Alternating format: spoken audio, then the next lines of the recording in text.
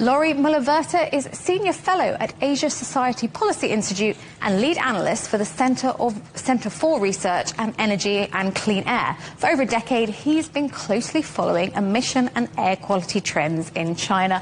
Lauri, welcome to the programme. What do you make of these new standards that China's introduced?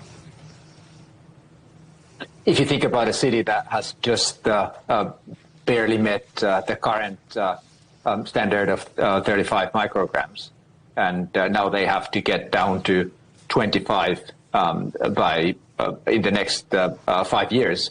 That's a very significant tightening, a 30% reduction in the levels of this dangerous pollutant.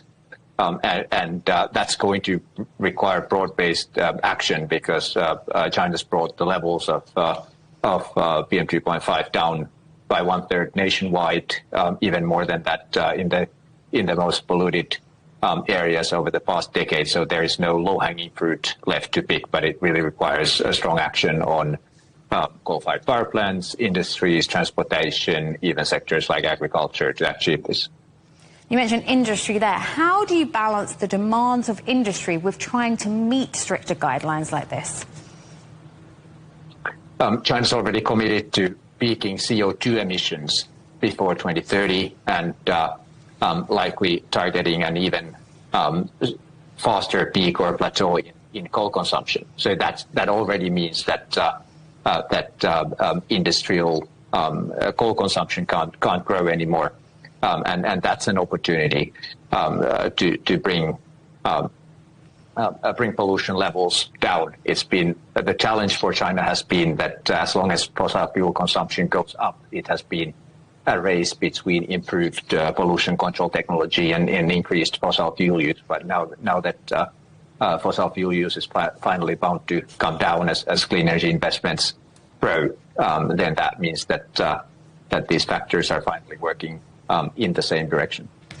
The WHO guidelines 5 micrograms per cubic meters. Is that achievable?